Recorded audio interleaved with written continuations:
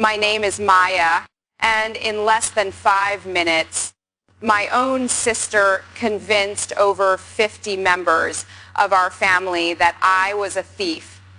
They looked at me like I was a criminal. Some of them wanted to call the police. Not a single person asked if I was telling the truth. But what none of them knew was that hidden on a tiny USB drive, there was one video that was about to destroy the biggest lie my sister had ever told.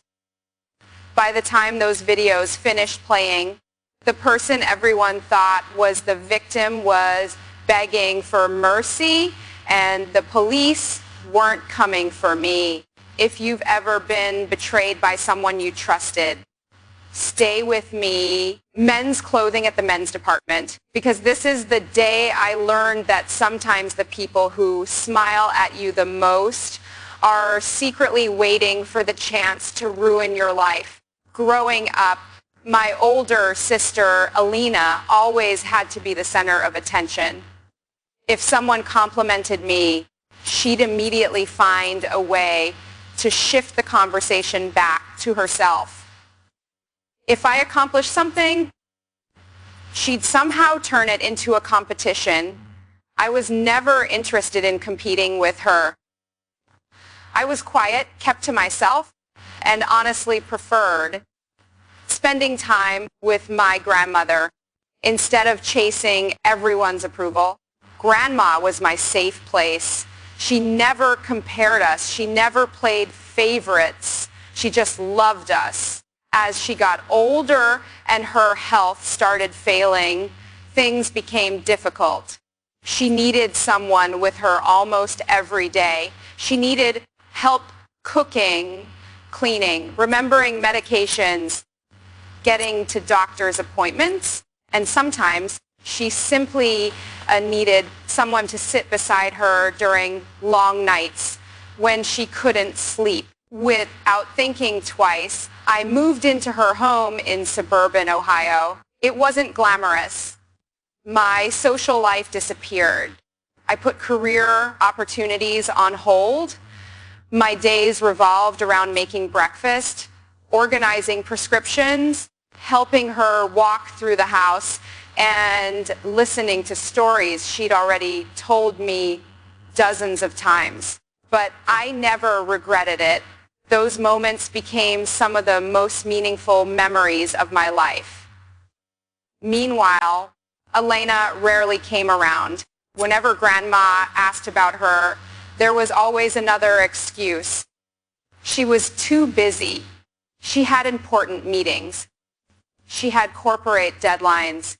She'd visit next weekend. That next weekend almost never came. Sometimes we'd pass without Alina even making a phone call.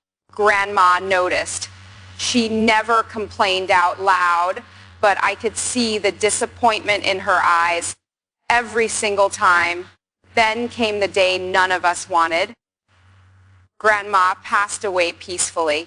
Losing her felt like losing the foundation of my life. A few days after the funeral, Uncle Marcus, the executor of Grandma's estate, met with us alongside Grandma's lawyer. That's when I learned something that completely shocked me. Grandma had left me her most treasured possession, a vintage diamond encrusted heirloom necklace that had been passed through generations of our family. It wasn't just expensive, it carried memories. She had worn it on anniversaries, birthdays, family weddings. It was part of her. Along with the necklace came official paperwork showing she had legally gifted it to me before she passed away. I cried holding it, not because of its value, but because it felt like Grandma was giving me one last hug. I wore it only on special occasions. 3 months later, our extended family organized a huge reunion at a rented estate in Virginia. Over 50 relatives showed up. Kids were running across the lawn. Music was playing. People were laughing around barbecue grills. For the first time since Grandma's funeral, everyone was together again. That morning, I decided to wear the necklace. It made me feel close to her. At the time, I had no idea it would almost ruin my life. Everything felt normal until I walked over to the buffet. Out of nowhere, I heard the sharp clink of metal against glass. I turned around. Men's clothing at the men's department. Elena stood in the middle of the pavilion holding against a drinking glass. Every conversation stopped. Every face turned toward her. She pointed directly at me. Then she shouted words I'll never forget. Everyone, listen, I can't stay silent anymore. Maya stole Grandma's diamond jewelry. She took advantage of Grandma when she had dementia and emptied her safe. Look around her neck. She's wearing stolen property right now. The entire reunion froze. You could actually hear people gasping. My heart dropped into my stomach. For a second, I couldn't even process what she had just said. I remember looking around, expecting someone to laugh because it sounded so ridiculous. Nobody laughed. Instead, everyone stared at me.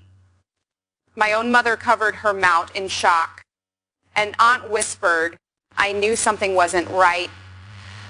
People I'd loved my entire life suddenly looked at me with disgust. I finally managed to speak.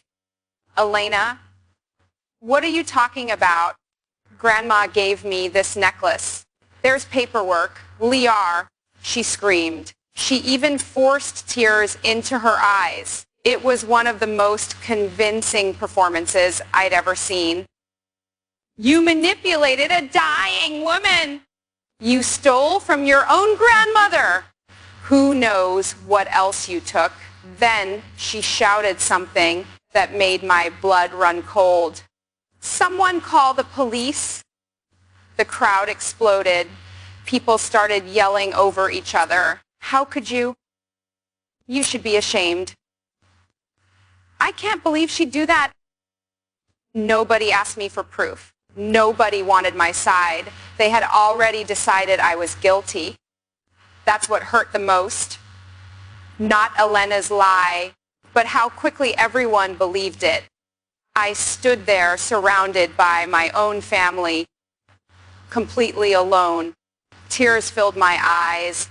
My uncle reached into his pocket and pulled out his phone. He was actually going to call the police.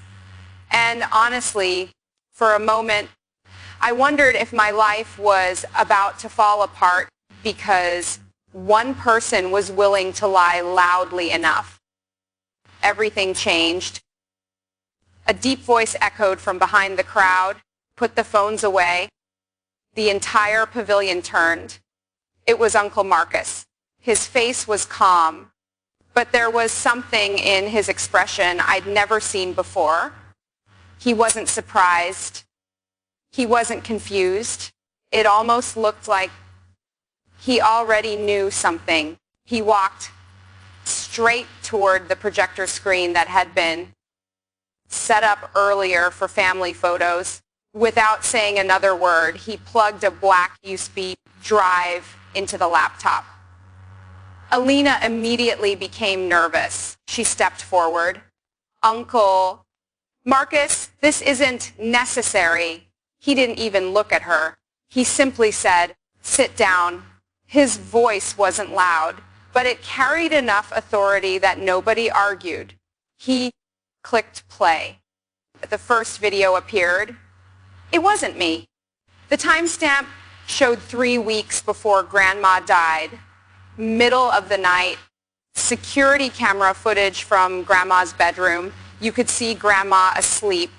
Then the bedroom door slowly opened. A figure quietly walked inside. Even before her face became visible, I knew it was Elena.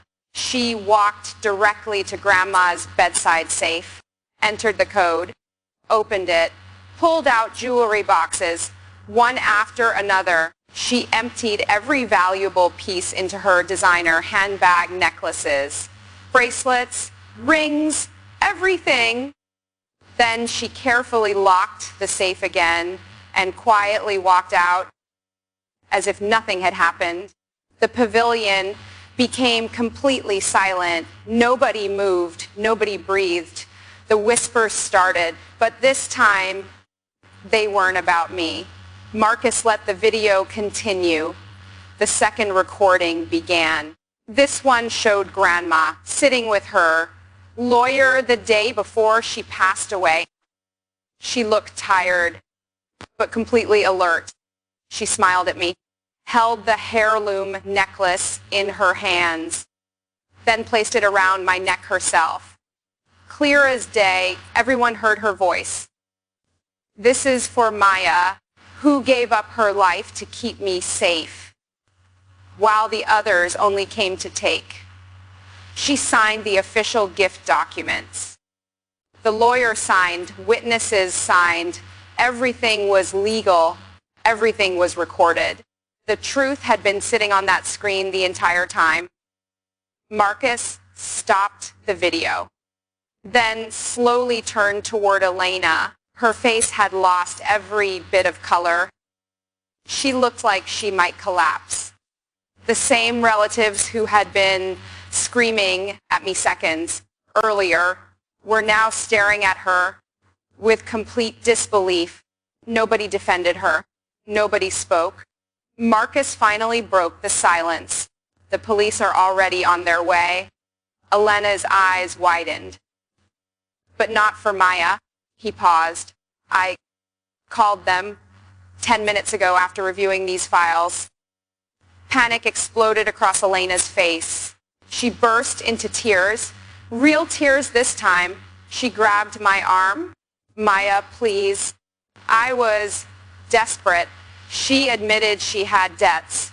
She admitted she'd stolen the jewelry weeks earlier. She admitted she blamed me because she knew. Everyone will believe the caregiver over the successful corporate sister. She begged me to stop Uncle Marcus. We're sisters. She cried. I looked at her. Just minutes earlier, she had tried to destroy my reputation. She wanted me arrested, humiliated, cast out of the family forever. Now she wanted forgiveness because she'd been caught. I gently touched Grandma's necklace, resting against my neck. Then I looked her straight in the eyes. You weren't thinking about us being sisters when you tried to ruin my life. My voice didn't shake anymore. You made your choice. You chose greed. No, you can explain it to the police. A few moments later, distant sirens echoed down the long driveway toward the estate. For the first time all afternoon, nobody looked at me with suspicion. They looked at me with shame. Relatives who had insulted me rushed over trying to apologize. They said they were sorry. They said they should have listened. They said they felt terrible. But I simply smiled politely and kept walking because the security footage didn't just expose the real thief. It exposed everyone who had been willing to condemn me without hearing a single word of my side. That afternoon, I didn't just lose a sister. I lost the illusion that blood always means loyalty. And strangely, that loss gave me something even more valuable. Freedom. Sometimes the greatest inheritance someone can leave isn't jewelry, money, or property. Sometimes it's the clarity to finally see people for who they really are. And once you see the truth, you never have to carry their lies again. If you enjoyed this story, don't forget to like the video, subscribe to the channel, turn on the notification bell so you never miss our next emotional story.